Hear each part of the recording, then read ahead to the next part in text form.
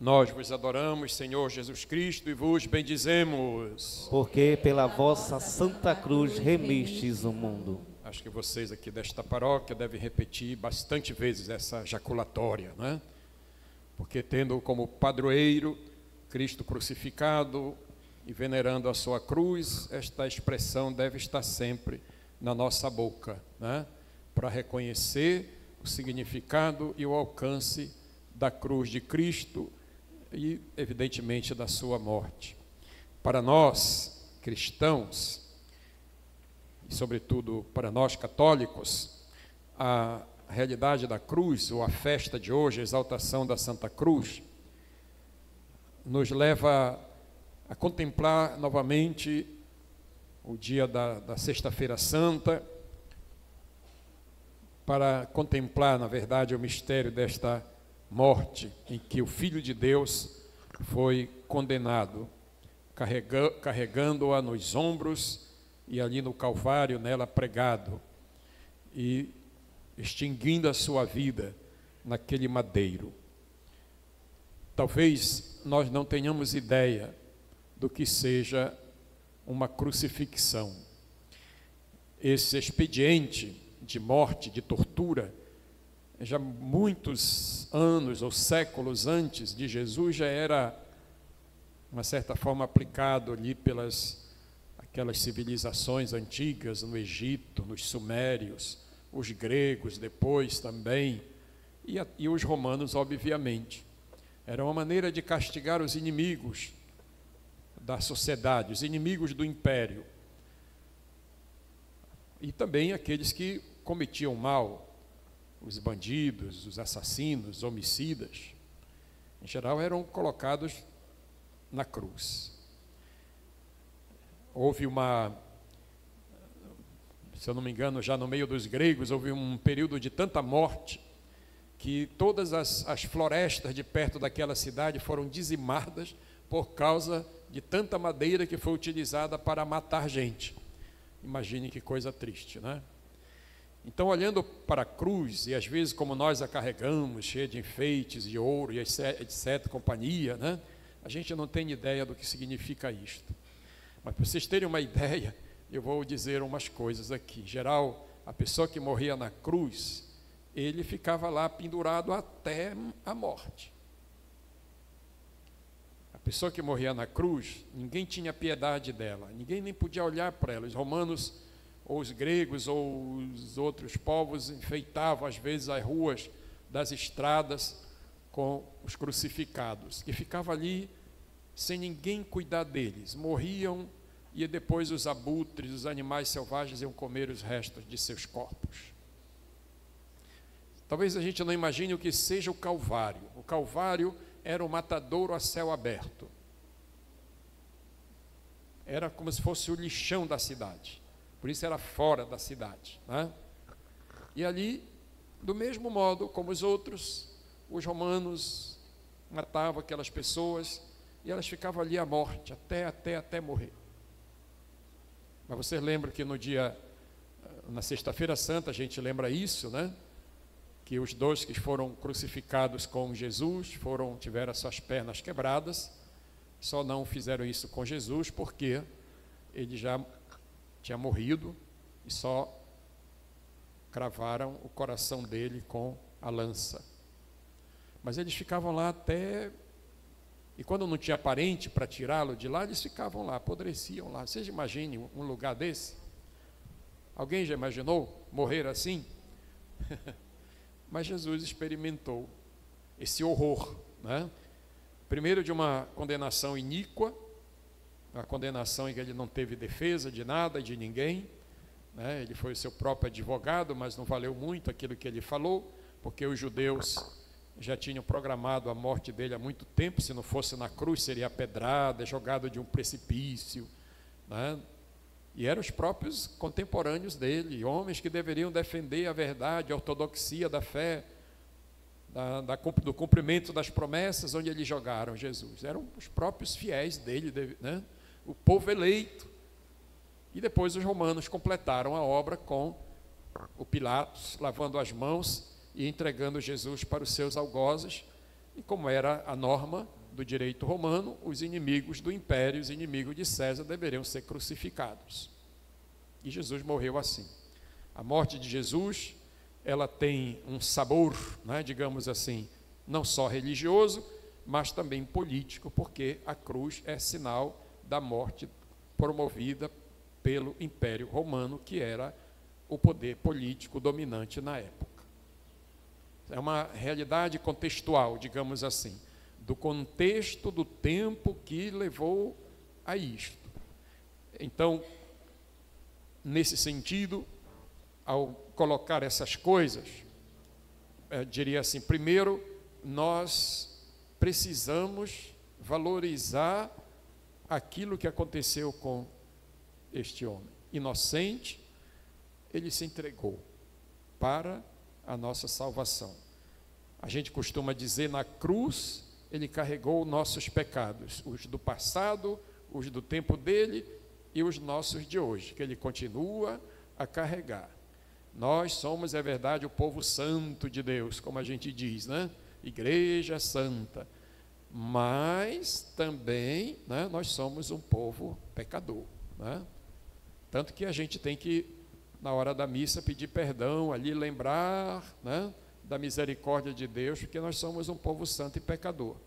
E para poder entrar numa celebração cuja referência maior é a morte e a crucifixão e a morte e a ressurreição de Jesus, nós temos que lembrar que foi por causa também dos nossos pecados que ele foi entregue na cruz.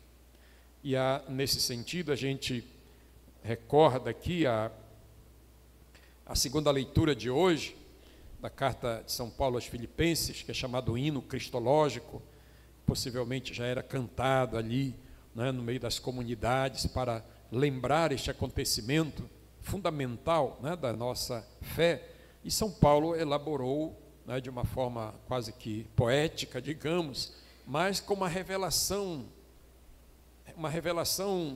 muito real, muito verdadeira, daquilo que foi para Jesus e para nós, o que nós chamamos o mistério da encarnação, cujo ponto culminante é a sua morte e ressurreição.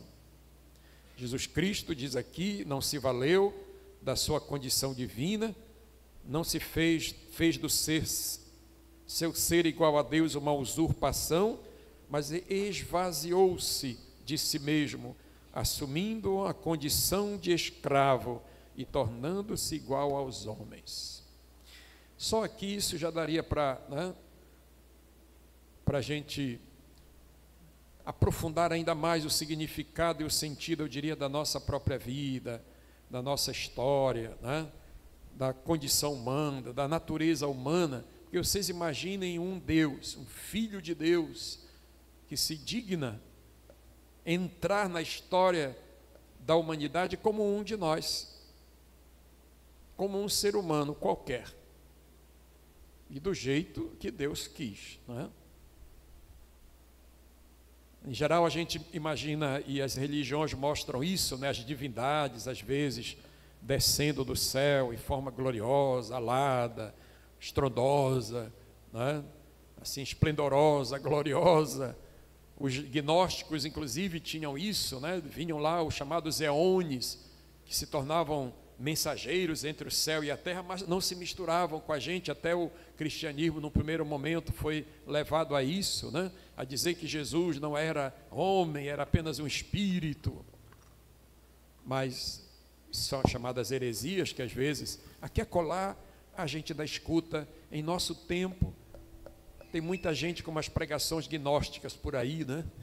Terrível isso para a catequese, para a doutrina, para a vivência da fé, né? Porque a gente é levado assim como que a aspirar, né, a alma do corpo e dizer nós devemos só cuidar da alma para a salvação. Isso é o contraponto do mistério da encarnação. Mas as pessoas dizem nós devemos cuidar só da alma. Religião é só para cuidar do espírito.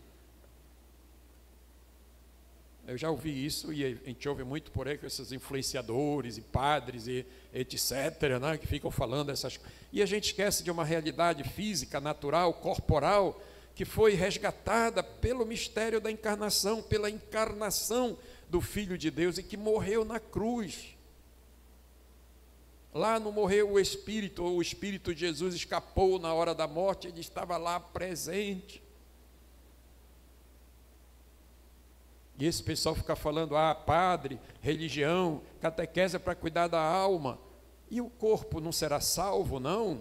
A realidade corporal não tem sua grandeza, sua beleza, sua dignidade, exatamente porque, primeiro, Deus nos moldou com suas mãos. Nós somos essa materialidade que Ele criou, nos deu o seu Espírito, e depois Jesus se encarnou e vai dizer, isso aqui não vale nada, é para jogar no lixo, né? Não se pode mais falar disso, daquilo, porque está indo contra o espírito da religião, então está indo contra a morte de Jesus e a sua encarnação. Então aqui se coloca para nós, eu diria, nesta festa, a necessidade que nós temos de olhar para a cruz de Cristo. Em primeiro lugar, contemplar este mistério de um Deus que se encarna, que se humilha até a uma morte ignominiosa, horrorosa como esta. Carregar uma cruz, como a gente carrega, às vezes tem gente que bota a cruz até no couro, né? Por todo canto, e usa isso como um enfeite. Pois, eu sou cristão porque eu carrego uma cruz, às vezes faz um monte de besteira por aí, né? Então, hoje nós somos chamados a atenção para revigorar este fundamento, este princípio da nossa fé. Nós só estamos aqui hoje porque Ele esteve lá. Não tem outro sentido, né? Vocês podem ser até muito devotos de Nossa Senhora, de São Benedito, de São Francisco, de São Miguel, mas eles não nos salvam. Eles não nos conduzem à salvação. Não conduzem, não são. Não foram aqueles que Deus utilizou para salvar ninguém. Quem Deus utilizou para salvar-nos é este que está representado, pendurado na cruz. Maria, São Miguel, os outros santos, todos derivam daqui. Com toda a grandeza que tenho e amor que a gente tenha, a gente tem que voltar a esta realidade, voltar a Jesus Cristo e segurar-nos nele, porque Ele é a única garantia da nossa salvação, ninguém mais.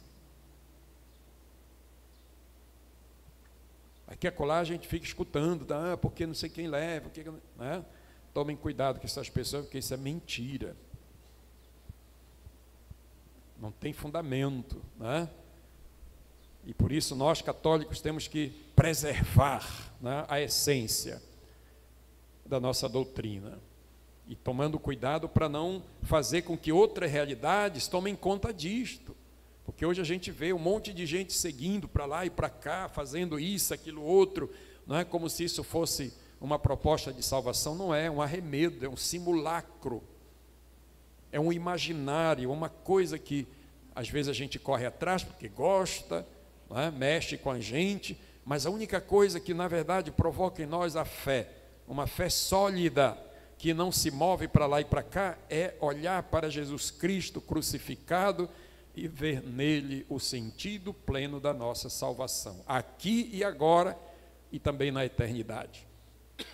É por isso que o evangelho de hoje, ele não é tirado lá, vamos dizer assim, da realidade da morte, do Calvário, mas ele é tirado de uma catequese de São João, no seu evangelho, no capítulo 3, em que Jesus, conversando com um fariseu chamado Nicodemos, ele vai dizer assim: é preciso nascer de novo. Lembram disso, né? É preciso nascer de novo. E este nascimento está condicionado a uma realidade de vida que Jesus vai entregar no alto da cruz. Quando eu for elevado da terra, atrairei todos a mim. Ninguém subiu ao céu, a não ser aquele que desceu do céu, o Filho do Homem. E assim, pegando uma memória do passado, lá como a história da serpente, lá no tempo de Moisés, Jesus vai dizer, é necessário que o Filho do Homem seja levantado, para que todos os que nele crerem tenham a vida eterna. Então eu não estou falando nenhuma bobagem aqui, né?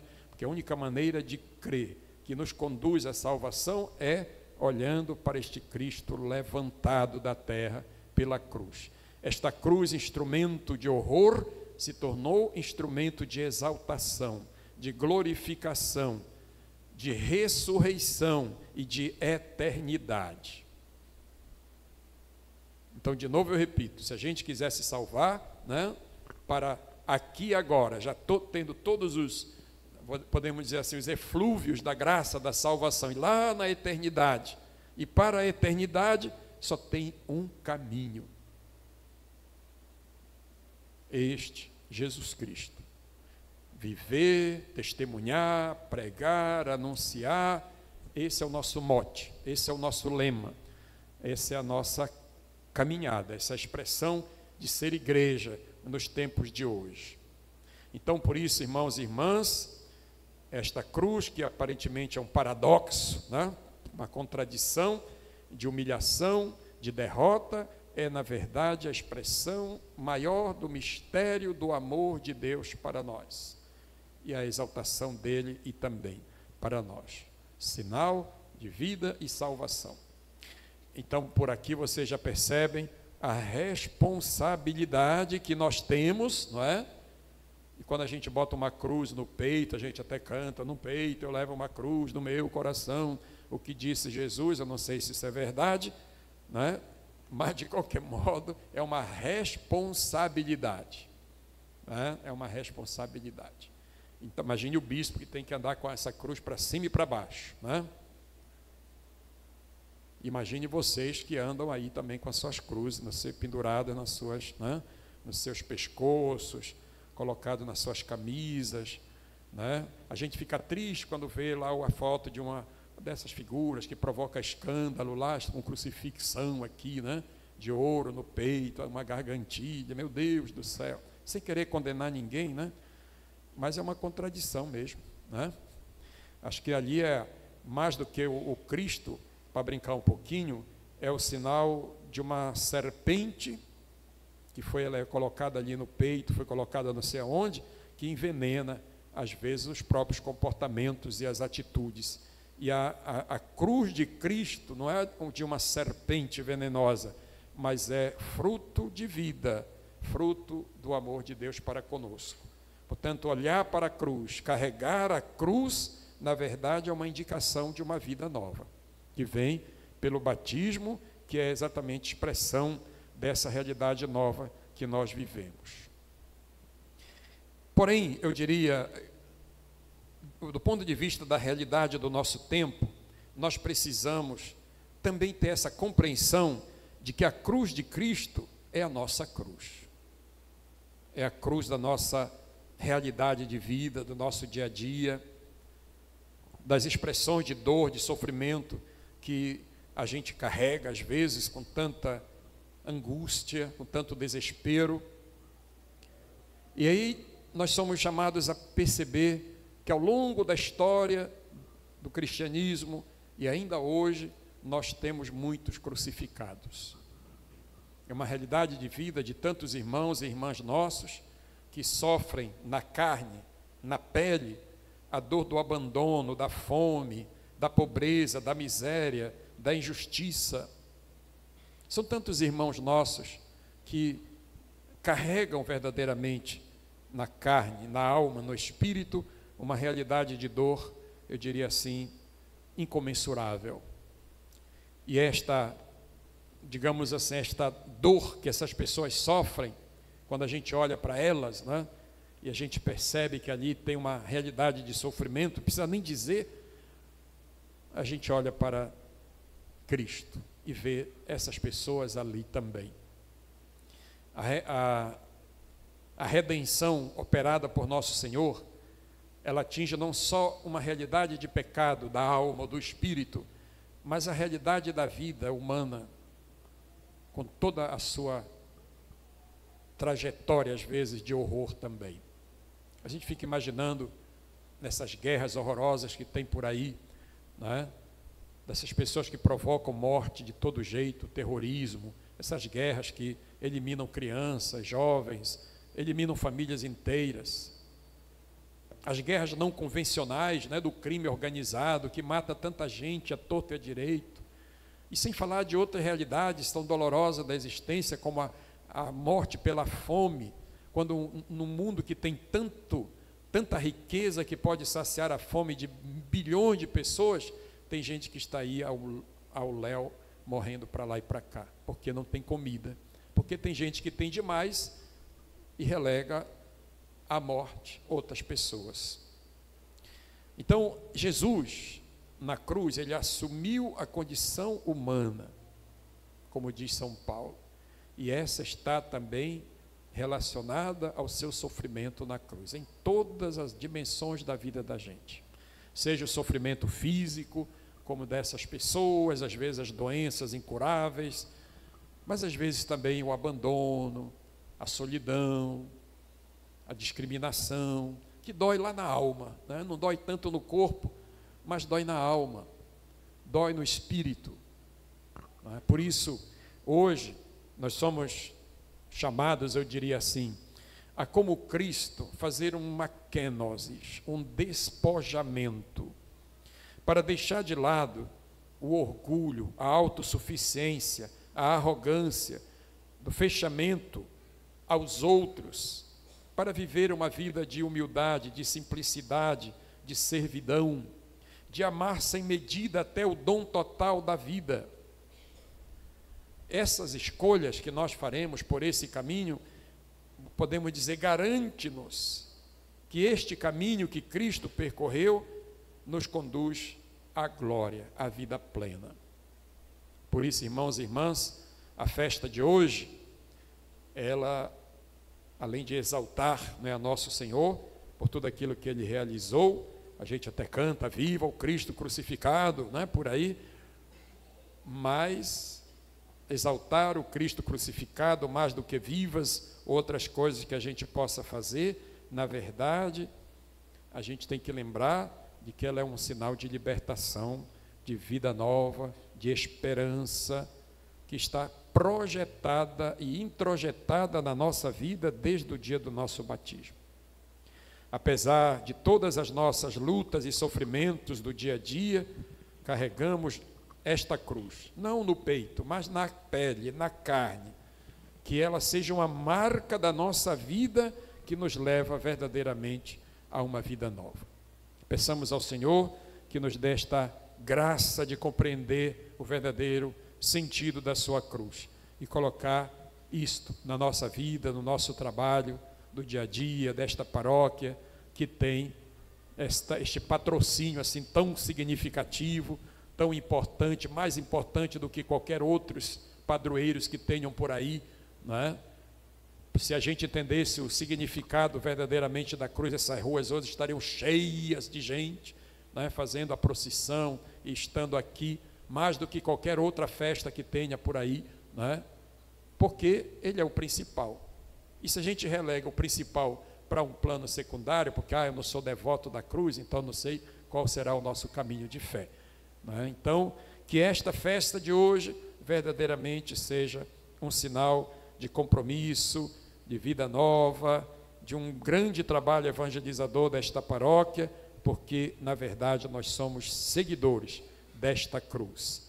E assim nós possamos verdadeiramente trabalhar para que todas as pessoas, conhecendo Jesus como Ele é, tenham vida e vida plena e possam alcançar a plenitude da vida eterna.